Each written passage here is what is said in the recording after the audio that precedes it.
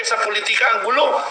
Kami ni Commander Dado, kasi may nagsasabi na kami ay nagbago ang hangin at iba na yung aming pinupokus. Yes, of course. Kasi sinimulan namin April 9 na patalsikin ang ating Pangulo na hindi na natin pabalikin galing ibang bansa, hindi na makabalik ng Pilipinas. Yun yung plano sana natin. Maraming nagpa sa Facebook. Pero nung pumunta kami April 9, wala rin nangyayari. Iilan lang kami.